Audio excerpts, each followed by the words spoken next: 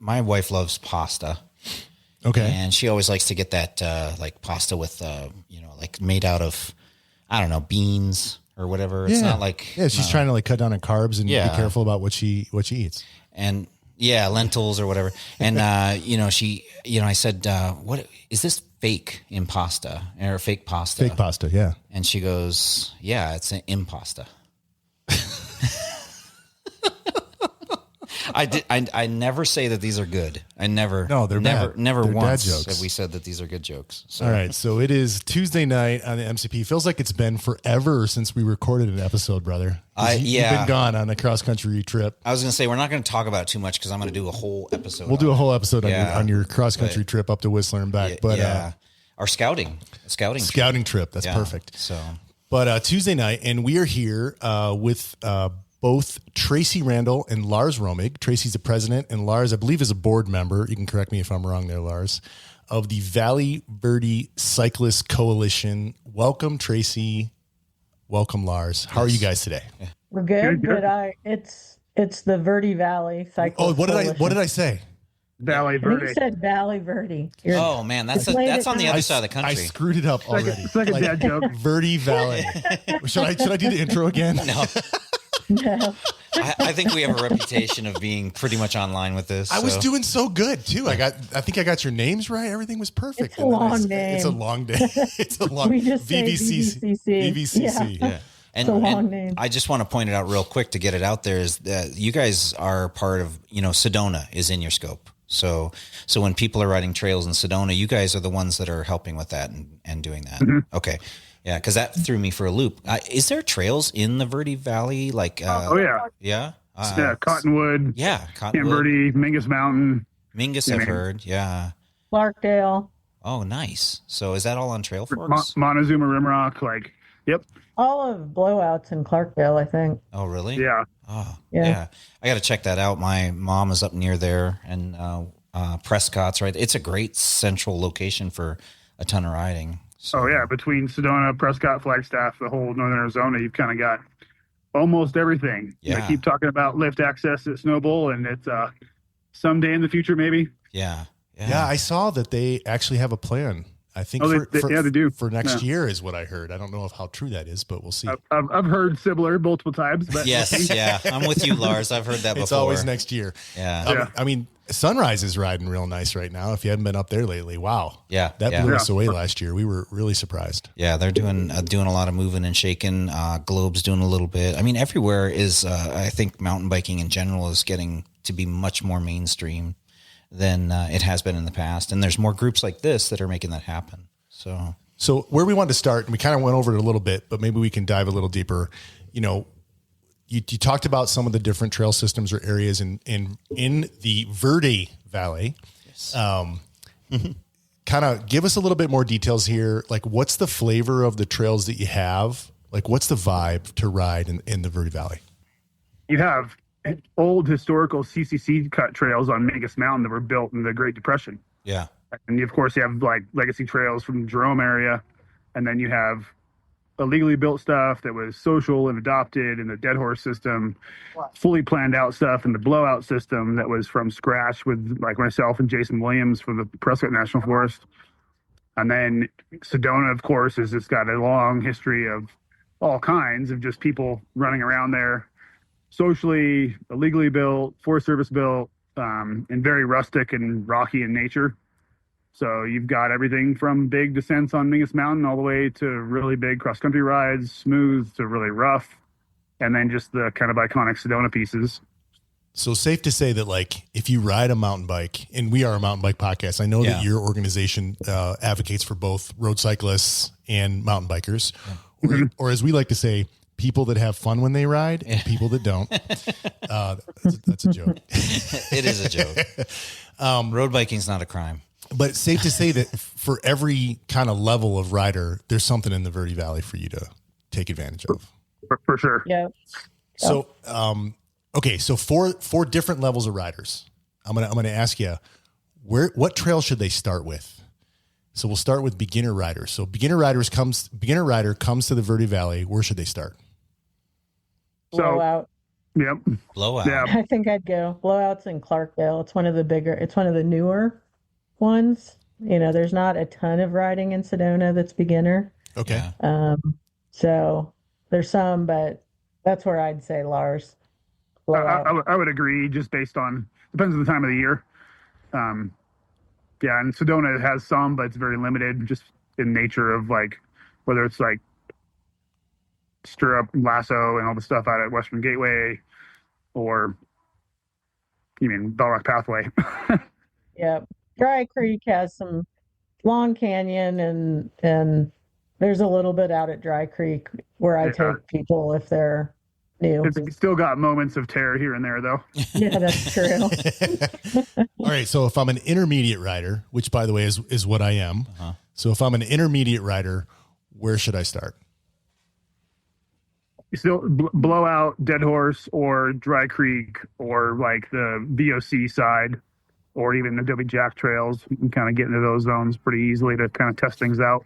If somebody's from Arizona and you were going to tell them where Blowout is, where is it near, or what would they reference? Like it's in Clarkdale by zip code, but it's very close to the Yavapai College campus at the base of Mingus Mountain. Okay, on the Prescott side or on the Sedona side? On the Cottonwood Clarkdale side, so on the east base of the mountain range. Okay, all right. It's a relatively new trail system, like last 5 years, Lars? Yeah, I mean, the very first part of it was probably 5 or 6 years ago, and then it's been slowly ticking away. Is it closer to like a Mingus Mountain, Prescott, like pine trees, or is it closer to like Camp Verde, like low scrub, like high desert, or more like Sedona? It's more like, have you ridden Dead Horse? No. See, you guys have told me a bunch of trails that I didn't even know existed. This is perfect. Yeah, and so that's kind of why I'm drilling Blowout, you. So Blowout is more like, have you ridden the BCT? No, and that's one of my plans. From Prescott down to, I don't know, what is it? Bumblebee? Bumblebee, yeah. Or down to the pie shop? Yeah, down to the pie shop. So yeah. You said Blowout changes, don't you think, Lars? Like the lower stuff correct, is very tame, and then as you get up higher, and all the stuff at Copper Chief, it's still tame, but the flora and everything's different because it's just such a higher elevation. Yeah, you're starting like the base of the system is at 3,400 feet. Okay. And so it's kind of like sage rolling ridges, open desert type stuff. Yep. Not a lot of mainly just prickly pear cactus. Yeah. Mm-hmm. And then grass and stuff like that. And then it starts getting higher up. You get a little bit of juniper. Mm-hmm. And then as you get way up on Copper Chief is starting to get up towards the pines a little bit up top. Sounds so cool. I've never been there, and I want to go explore that area. Yeah. And one of the issues we have with Sedona is there's not much camping, and so we always everybody says to go out towards that area. Right. So. Yeah, and there is more plans on Mingus. VTAP, the plan for Mingus, there is a bunch of planned XC trails going in up on top of the mountain that would be kind of like borderline us to Pimba. Mm-hmm. They were planned by Jason Williams from Prescott National Forest, and there's like some input from myself and also from some of the Pimba folks. But that system is there's still a lot of time left to even build that stuff out. But that would have really good camping up high over 7,000 feet. So okay, so because we haven't even talked about Sedona. No. So I know that's awesome. So where our should Verde Valley friends will be happy. We're not just talking about Sedona. Focusing. It's so funny. My wife told me. Since we're on the topic, I'll put one more little thing in there that is exciting. That's kind of on the back burner a little bit until we get some other stuff done with the VTAP plan with Prescott National Forest. But we did get a preliminary permission. There's not an official easement in place yet, but from the Soma Mangini family to connect the 106 trail to the top of Higher Learning and the top of Blowout, which will enable us to have a 4,200 foot descent all on single track, which would tie in the Cottonwoods pathway system that was going to go down Del Monte Wash.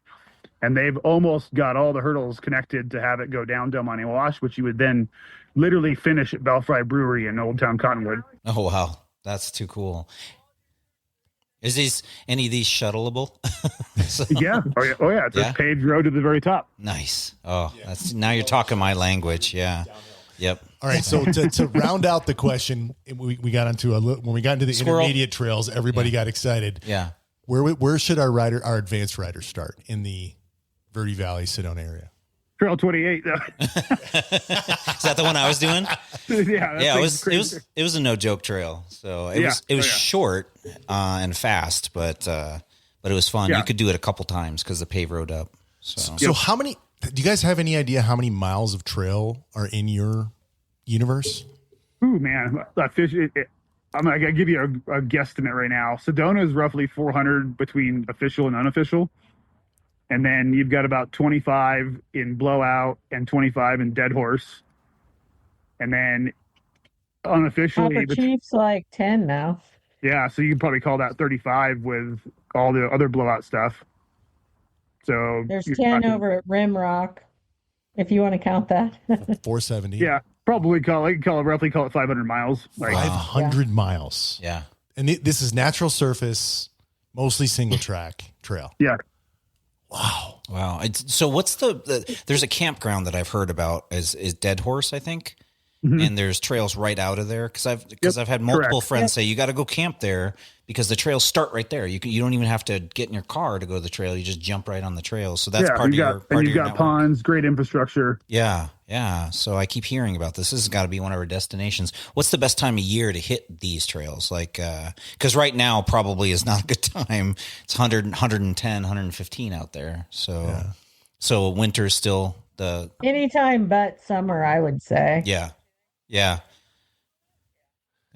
Here we ride during the summer, but we do it at night or at 4 a.m. So, but yeah, that's our only option. Or we go to Sunrise or Mount Lemon. So, okay, tell us a little bit about the VVCC. We got a ton of questions, but instead of just us asking questions, tell us your vision, your mission, what you guys are about.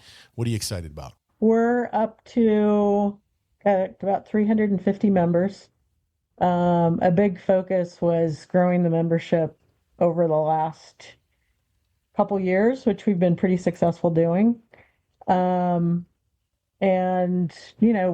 we're very active socially, so we have lots of events. And, once a month, we're getting together with some type of event with our membership. And, the group is very active in a few areas. One is really supporting the building and maintenance of trail work and advocating for more trails.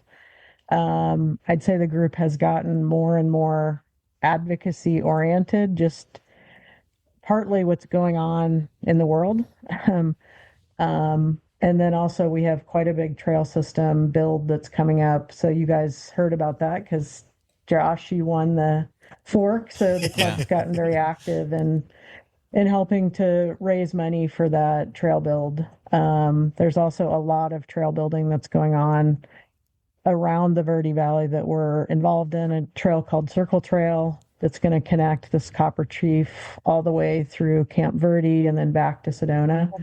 I think the mount is 100 miles, Lars, that's going to encompass. I'm guessing more like 135. Okay. It's it's a lot. Wow. What did I miss there, Lars? Lars has been here from the beginning, so. Yeah, I mean, I've been on the board. I was previously the president for almost 5 years. And the club originally started with a couple other guys like Randy Victory specifically, Ian Wixon, Daniel Podachowski in 2003. Wow. And I got involved a couple years after that as a younger kid, like kind of just a young punk wanting to make cool trails. And I've just watched it kind of fluctuate back and forth from mountain focused a little bit. It's always been road, mountain, everything, bike. But it kind of has walked back and forth with different missions for a long time. A lot of big wins from a lot of road infrastructure with bike lanes and better access in some of the parts of town to focusing on trail, Sedona stuff. The Sedrama years, I mean, there was a lot of stuff. I'm sure if you've looked up historical stuff, there's all the like illegal trail building years where there was a lot of light on that for a while.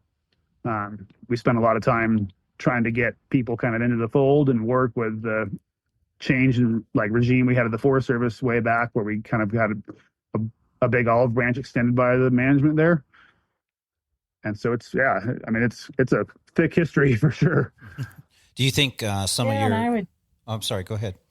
Well, and one thing I just wanted to add there, because of so much stuff that's been going on recently, and the threat of losing some of the public lands, it just struck me how Sedona is such a strong model that's a good example for other communities, and that, all the Forest Service, as we know, struggles with resources. And so this community really supports both financially as well as with lots of boots on the ground, volunteers coming out. All those trails are because the community has really rallied with the Forest Service. I think Lars mentioned it wasn't always like that. It was a little bit more contentious, but since I've been involved, just the partnership with the Forest Service is a good model for communities.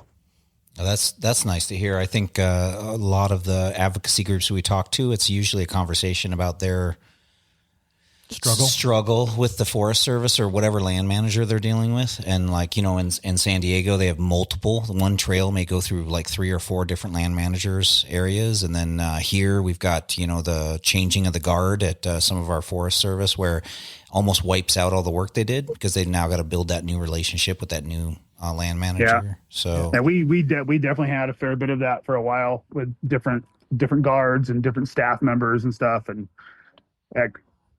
in 2010 or so, we had a change in staff, our rec staff officer, and she really kind of got the ball rolling. And since then, it's snowballed into more and more good momentum. And then, Tracy jumped into really good momentum and has just kind of ramped it up to even better, I would say. Pretty amazing to watch her kind of work. So do you have some best practices? Like, what worked? Like, how were you? I understand you have to have a willing partner on the other side of the equation to work with you, but what were the actions that you took? What were the perspectives or positions that you took to help enable the positive place where you're at today? That's resulted in so much, I would say relationships. Obviously we got lucky with a good person on that side that helped initiate some of that. But I think my big lesson over the years is just establishing good relationships and building trust with all these people at the land management, whether it's the Forest Service or the cities. And that just perpetuates more of it. And I think our culture reflects that now. I think it's also, don't you? It's just, I think there's a lot of willingness also just to jump in and do the work. Yep. Lars is very active in doing a lot of stuff to help the Forest Service. I am, and there's other countless people in our club that are. And there's a good funding environment. Both Lars and I are also on the Sedona Red Rock Trail Fund, which is the nonprofit that does most of the fundraising in the area. And so you've got, like Lars said, good relationships, people who are willing to work, and then people who are willing to come forward and help raise money. Because, if anything shows us today, in the last few weeks, the Forest Service is going to continue to struggle with money. Yeah. So the community's got to step up and not complain, but fill in the gap because they just don't have the support. Have you gotten corporate sponsors or partners that kind of help with that, or is it all individuals that are contributing? Yeah, the money for the trail fund comes about a third of its grants. So I'm on that committee. So writing grants, a third of it comes from businesses in the community. Lars is on that community, committee. And then a third of it's going to come from individuals. So what we did, that you guys participated in for the Verde Valley Cyclists, right, that would have been considered individuals. Okay. Us as the VVCC went out and raised money and donated it to the trail fund, who then gives it to the Forest Service. Nice. So can you double click a little bit on the trail fund for me? Cause that's something we don't have down here. And as we're trying to, I work with SDMB and we're trying to kind of model ourselves after what you guys have done and hopefully get going on planning and building and building out what we have here down in Tucson, which it's amazing what we have. We want to do more. Yeah. But the trail fund thing was super interesting to me because we don't have that here. So how did that come about? What is that? How does it work? How can we duplicate what you guys are doing up there? You want to start, Lars? Or sure, yeah. It kind of started with Jennifer Burns from the Forest Service. She kind of saw the writing on the wall with the lack of funding coming from way back when, and established this organization that's a nonprofit that does all these different pieces, whether it's grant writing, fundraising through individuals, or through businesses through the community outreach. And it's not in one specific user. It just helps the Forest Service with non-motorized trails. So it's focused solely on the non-motorized system and figuring out how to get the Forest Service better capacity to accomplish those goals, to make more non-motorized trails, new construction, maintenance, etc. So specifically focused on the Forest Service, because that's what your land is basically around your area. Yeah. Luckily, in and around Sedona, it's just Forest Service. There's like a tiny little skosh of state trust land, but we don't have any infrastructure on it. We don't even mess with it. Okay, then it's volunteers in the there's hikers on it. Lars and I would be mountain bikers. I think there's 4 mountain bikers on the board. I think there's 4 equestrians, and the rest of the group's hikers. And we are on these different committees, and we just work to try to raise money that's going to be used for maintenance and build of construction of new projects. And so all of those groups are collectively working at the same to raise money for a fund. It's focused just on fundraising. There's no advocacy. Yeah. So they're not in there trying to say like, we want this trail for the hikers or we want this for the mountain bikers. It's just, let's get money and make the capacity go up for the Forest Service so that they can accomplish their goals with addressing non-motorized trails. And then the forest. So Lars and I have to be careful because both of us are active advocates too. Yeah. So you're like, okay, today I have my money raising hat on. Now I have my advocacy hat on. But that's cool because those two topics can get conflated a bit. And so it's cool to have an organization that's only focused on advocacy and an organization that's only focused on fundraising. That's interesting. So when you guys raise the money, do you think that takes a barrier away from the forest saying no? It's like, they can't go to, hey, there's no money for it. They've got to come up with something else if they're going to say no. And so do you think that's one of the success points that you have?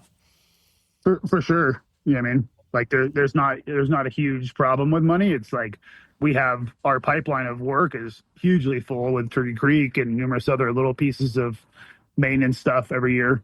So there's no shortage of work. The only reason we get no now is capacity of the staff. Okay. Yeah. The actual Forest Service staff. Yeah. And they have a certain level of supervision. They have to be out when you're doing trail work and stuff. Depends on who it is. Like a few of us have like not a lot of leashes on us anymore. Yeah. But most of the work is volunteer days where there's people overseeing the work and they've got a good span of control of people guiding the people doing the work. Yeah. So there's no willy-nilly or craziness. So best practices here, you said, obviously the relationships are key. Understanding the constraints that your partners on the Forest Service have and figuring out ways to help them get over those obstacles, right? And this trail fund is one of the ways that you do that. Boots on the ground, helping to actually, sweat equity into the trail. Yeah. Anything else? We get good turnout at our volunteer days. I mean, I'd say we have a very active community of people that come out and care about the trails and help maintain and build them. What would a typical trail day for you guys look like? Like how many hours is it? How many people do you guys typically get? What does that look like for you guys? Generally, that's like, we usually have like an 8:30 start and we go until 12:30. Have pizza afterwards or some type of food after that. And we might have anywhere from 25 to 50 people show up. Wow. And a mixture of like, we'll split everybody up into different groups. And like some people that are real ambitious and want to do heavy rock work, we'll split them off into groups. And then some people do like drainage and tread work with the soils. And then some of the groups will break off and do like brushing and limbing and maybe some signage work. Wow. And Lars actually brought a really cool tool to the group, which has been a huge improvement in our maintenance days. It's called Caltopa. You guys may have heard of it, but we have several people on our bike club that use it, and then the Forest Service uses it. And when we see areas out on the trail that need maintenance, we mark it, take a picture, write what needs to be done, and then we all sit in a room with the Forest Service and kind of look at what we've been marked and work out, okay, what are we going to maintain? What are we going to fix this year? And it's kind of a lobbying between everyone who's marked stuff and the Forest Service because they have stuff they would like to get fixed. But it's like, collaborating with your coworkers. Yeah. And this is open to any member or just the board members? Anybody? Oh, no, this is the mountain bike advocacy group. Yeah. And so, basically, if you want to be in the group, you can be. Okay. Yeah.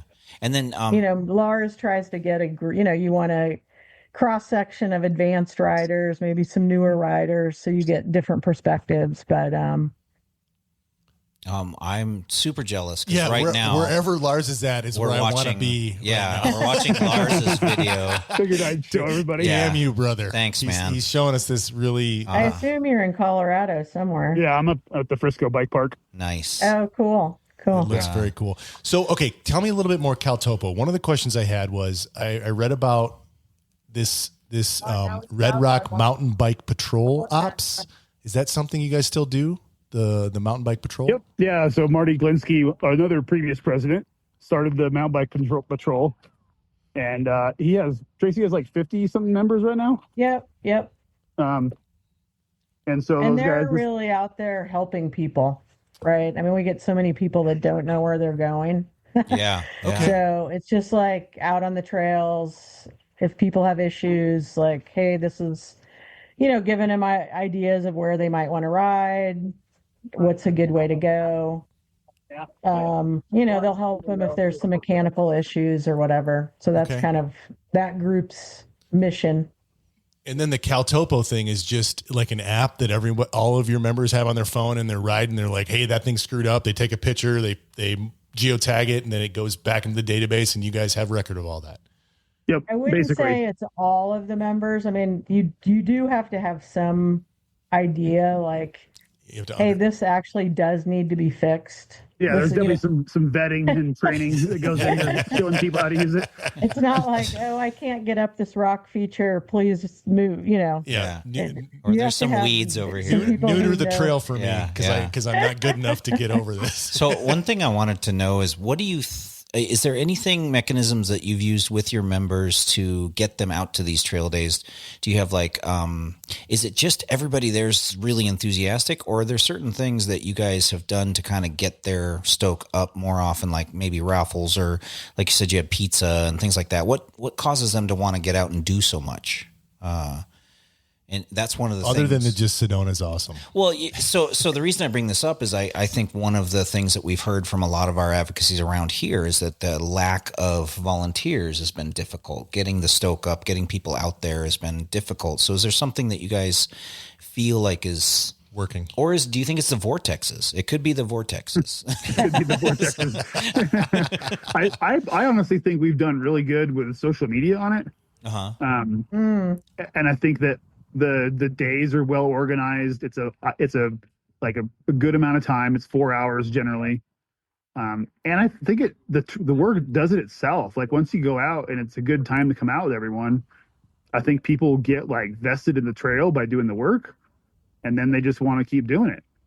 Yeah, that's how I feel. So we film the trail work days. So someone's in charge. Lars does them. I do them. We have some other members that and so we'll film the work we get done. So we try to make it look pretty fun. So it's like, oh, yeah, look at what I missed. Well, I tell you, so for the listeners out there, and then we advertise what's coming next. For the listeners out there, if you haven't done trail work, I got to tell you, do it.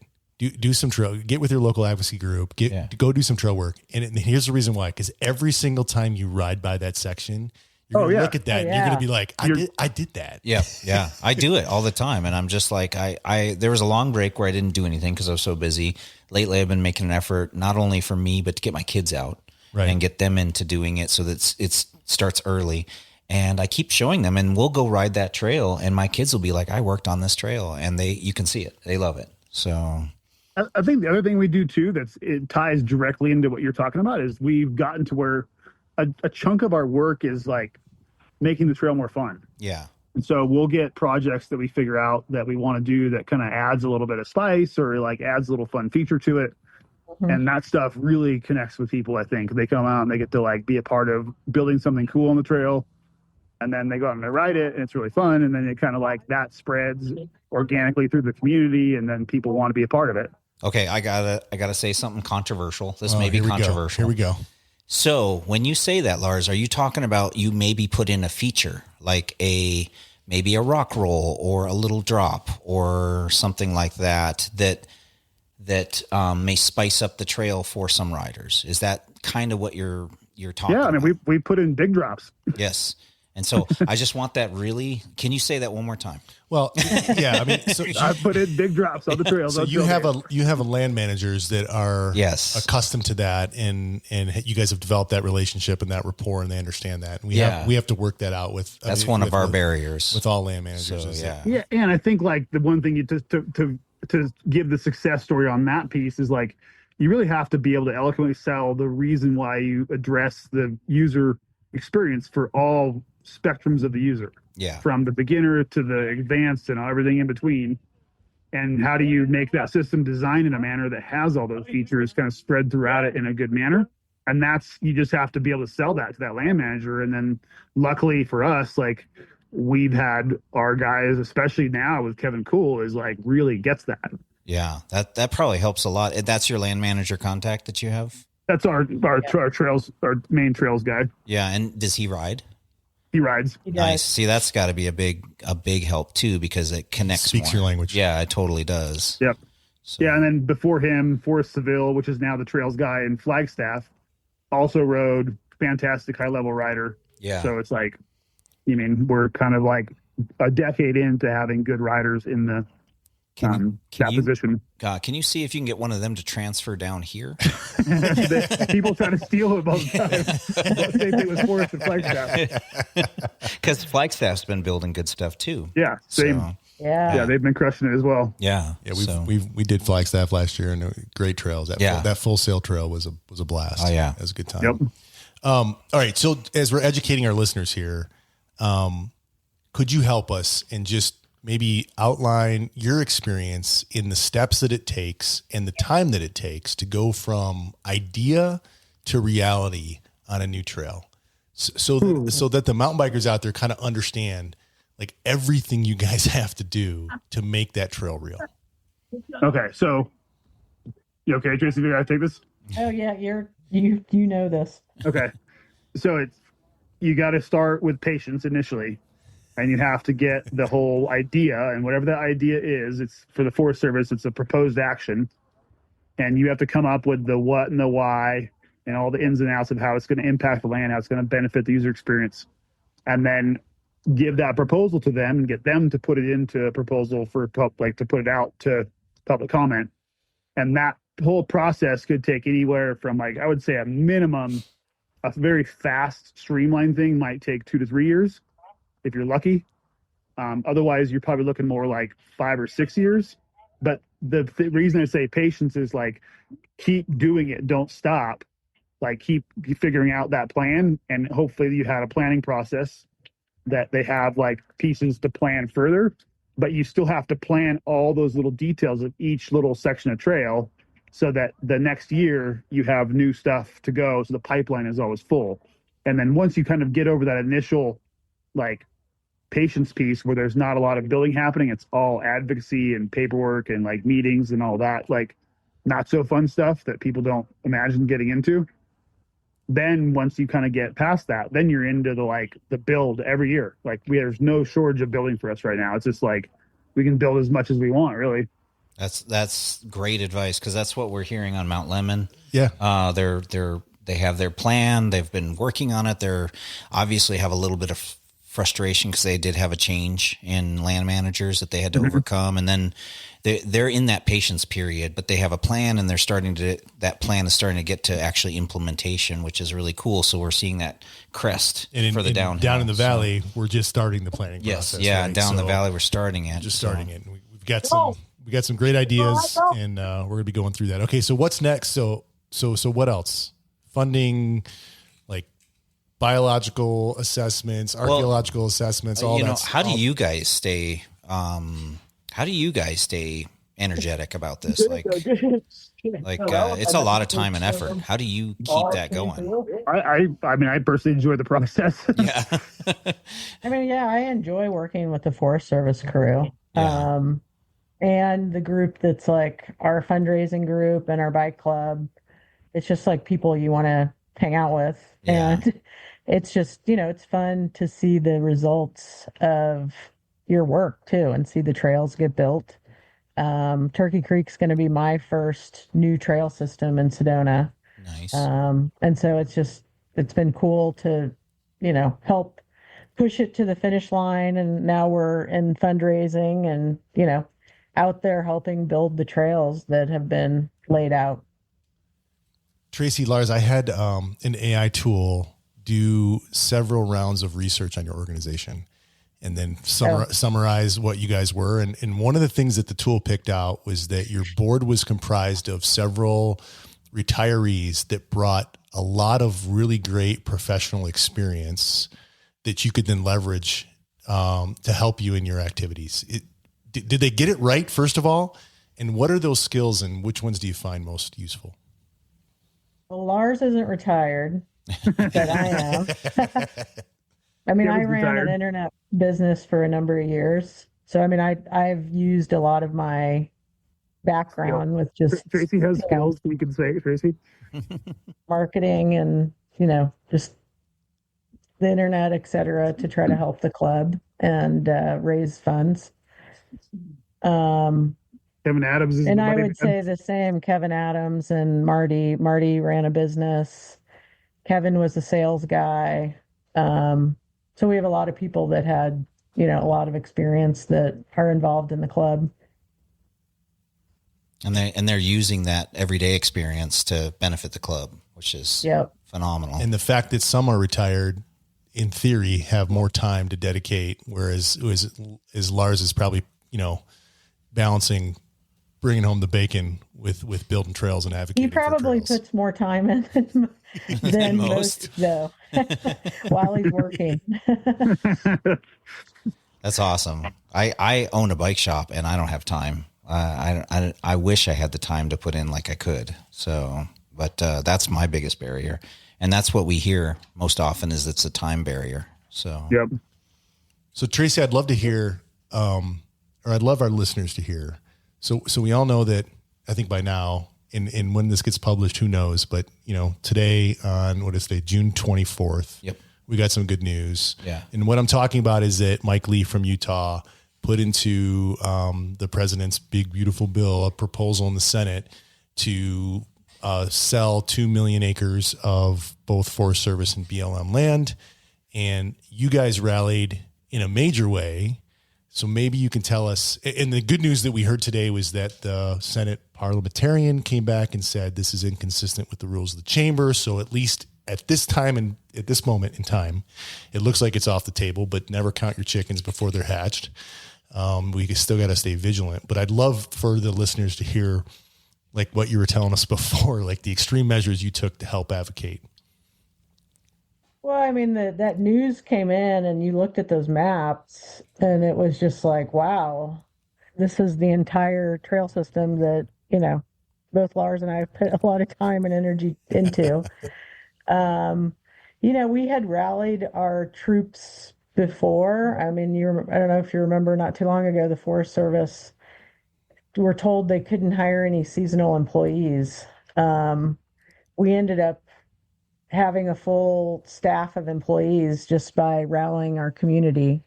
So I'd say we went through a drill not so long ago. So, I would give a lot of credit to, we have a lot of community that's very active in the trail system. The mountain bike guides, Sedona Mountain Bike Academy, the bike shops, Thunder Mountain Bikes, Absolute, Bike and Bean, Verde Valley Bikes. I'm trying to remember who, am I missing someone? We have influencers in the group, Joanna Yates, shout out to Joanna. Joanna and Phil have both been on our podcast. Nice. Yep. Yeah. Our, Nate Hills is a member of our club. He rallied too.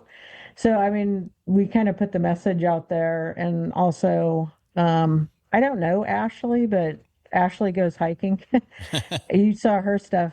We had collaborated with her before. Right. So I don't know. We just kept pushing, and I just kept brainstorming other ideas of like, how do we contact people? I hope we made, I think that was a collective effort of lots of people. Oh, it spread like wildfire. It did. Social media is definitely one of the big bonus good features of social media is that between like all of the people in our club that were active and pushing that out there, and then between like, Ashley and Nate and some other bigger influencers that pushed it out, it got pushed out by mega influencers all over too, that it just, it was pretty much everybody's feed, even people like outside of your own algorithm. Yeah, for sure. I mean, we just recently did episodes with Jess the Maker and the Colorado Kid. I think both of them put out things to advocate for it. She did a good one. She did a funny one. Yeah. And Tracy, I think you told us you actually called a home. I know. Lars probably doesn't even know this. Well, I'm on a road trip right now. Okay. My husband and I made a goal to mountain bike in all 50 states. Nice. And so we're doing the last 9, and they're all the upper Midwest. So I'm spending a lot of time in the car. So I called every Republican senator 52 as we were driving. 52 senators. I just kept thinking, what more can we do? I mean, anyway, like I told you, people have told me it's not done till this bill's signed, but it seemed like a bit of a victory today. That's pretty I mean, and I had reached out to Outdoor Alliance the last time, and they had said it was like the impact to the people up at Washington was huge. In Washington State, how much pressure they felt from the population. Yeah, and this is again like everyone, whether you just like went camping a couple times in the past, but you cherish those memories because you're out on public land just having a good time in the forest, to people that recreate every day like us, like everyone loves public lands. I think that they're just like, it was such a short-sighted bill that I think they just rattled the hornet's nest big time. Yeah, and just for layman's sake, I'm just going to kind of translate a little bit. So basically, this bill was going to allow for the government require to sell off 2 million acres in 5 years. Up to 3.3. Oh, sorry. Thank you. Yeah. Up to 3.3 of our public lands, which would include like Forest Service and BLM, and so that would be. And what Tracy was saying is a lot of that land was actually around the Sedona area. They were targeting. I think they were targeting areas close to population centers. Yeah, like if you look at Mike Lee's stories he was putting out there, that's the whole point, was to help with housing. Yeah, so they were targeting like population areas with adjacent public lands to create apartments or housing. Yeah. And they weren't taking into consideration things like Sedona, like where a lot of that land is not even really a great place to build an apartment, and it's some of the most beautiful land that we need to protect. It's not the desert near Yuma. Don't say that. The Yuma people probably don't want that either, right? There's good trails in Yuma. It's kind of a sad thing, but I don't think this is going to go away. I mean, because I did have time. I got so fully invested in this. If you spend much, I mean, Michael, you tried to do this before. You guys probably know that. And I just think he doesn't believe that there should be this much public land. He's not a fan of the Forest Service. And so I don't perceive this is going to go away. No. I mean, what we're going to do, it's not going to happen with this bill, but it's a little scary. So we need to put our listeners and their friends and their friends and their families and all their contacts on notice that we need to stay vigilant. Yeah, to stay vigilant on this coming back again, unfortunately. Well, yeah, and as we grow, because the population keeps growing, and as population of mountain bikers or population of the world, and we keep expanding, and we keep needing more space for houses. There's some basic truths to some things where we do need some stuff, but if you get rid of our open spaces and our recreation spaces, if you get rid of our places where we go to detox, where we go to relax, where we go to get away from stuff, it's just not healthy, and so there's a lot better ways to create, more space. There was in Tucson, there's this old hotel near the highway that has been burnt down like 3 times, It's in an area where it's decrepit, and I feel like some people ignore that area and just destroying that hotel and building new housing there. It's so much easier to plow some trees, so I'm glad that this is happening, that at least it's getting it's out there and it's not sneaky, being done where nobody notices. Yeah. Well, we noticed, by the way. I don't know when Mike Lee comes up for re-election, but we should pay attention to that too. Yeah. I know we're all over the place, and I apologize for that. One question I wanted to ask you earlier, the demographics of your riders. I'm interested in what kind of demographics do you have there from an age perspective, but then also like how many are locals compared to tourists? Oh, I mean, like in general, like people just riding? Yeah. On your trails. You have a feel for that, Lars? I mean, the population of Sedona is under 10,000. I think the whole Verde Valley is like in the 40,000. I think we have 3 million visitors come to Sedona. Wow. Not all those are folks who are mountain biking, but the visiting mountain bikers, I think, outnumber the local mountain bikers. For sure. And those visiting mountain bikers are all benefiting from, in a major way, from the work that you guys do.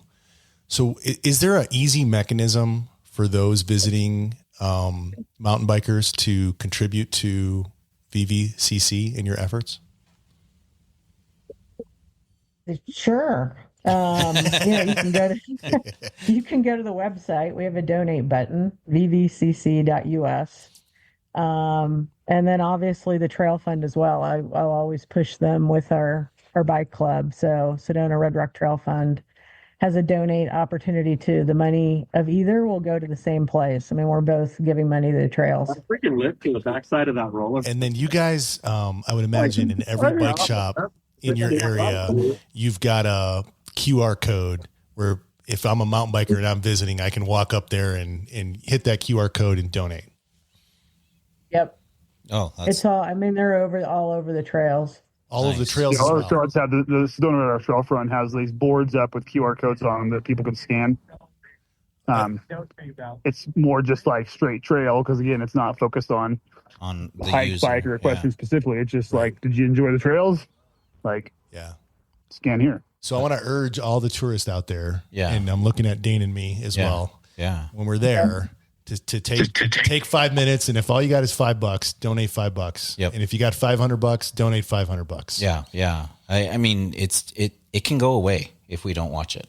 So, and that's the bad reality. So, and there's so many people that love it, and just because they don't live there doesn't mean they can't help. Yeah. So it was pretty,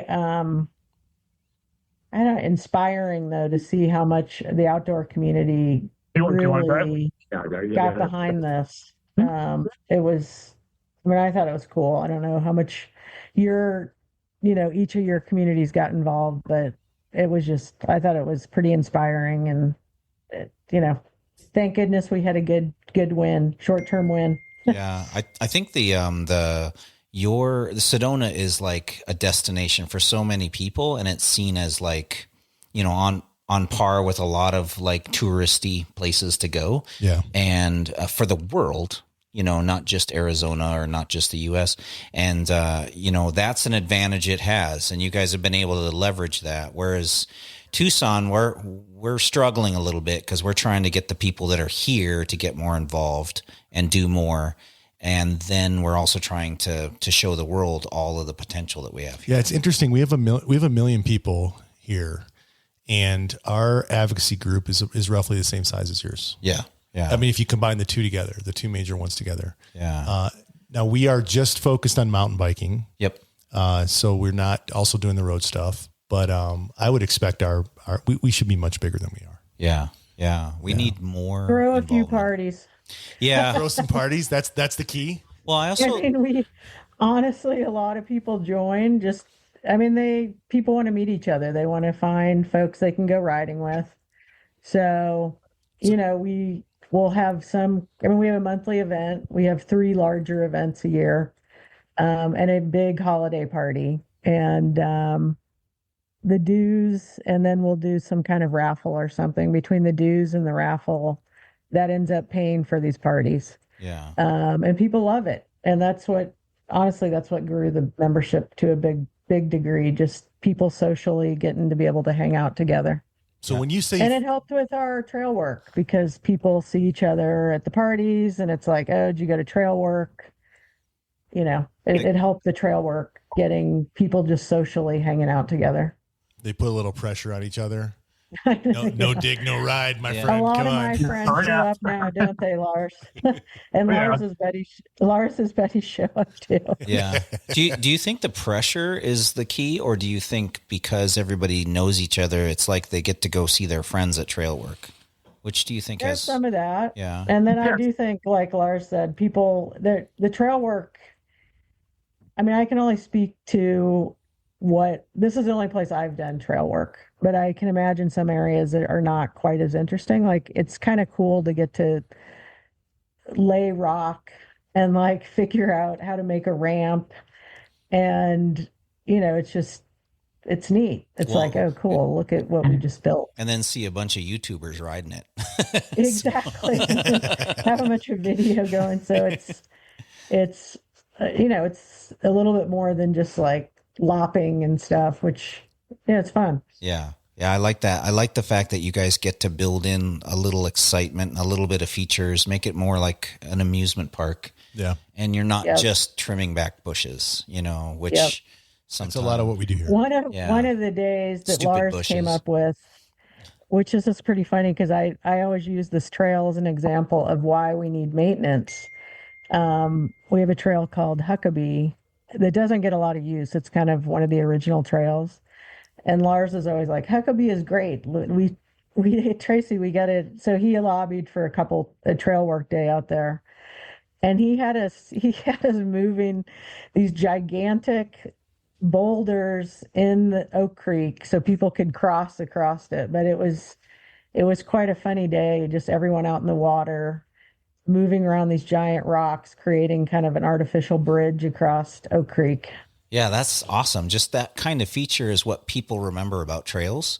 You know, just a regular trail with not a lot going on is just falls into, you know, out of your memory. But what you remember and if you think about any trail you've ever been to, you don't remember the flat, smooth sections that are just nicely brushed. What you remember is the rocks that you had to pause and go over, or the tough tech climb, or the drop, or, you know, something like that. That's what people remember. That's how they describe the trail. Like, oh, where is this? Oh, it's, you know where the drop is? It's just past that where the rocks start. Oh, I totally remember that. You can't do that if the trail's just nothing, you know? So you need that character. That's the character of the trail. So I love the fact that I'm jealous of the fact that you guys get to do that. And I don't think that's as... we don't have that relationship yet down here, but we're working on it. Yeah. Tracy, Lars, maybe a couple more questions here, and then we'll wrap up. What are you guys most excited about? What's coming up that you're jazzed about in the VVCC? I think like the whole Trinity Creek system, I'm super excited about because there's a whole bunch of really cool trail to get built in there, from just like we're talking about the little features that get put in there. There's some really cool natural features that already exist out there. And then we'll get to add in our own little flair to some of those.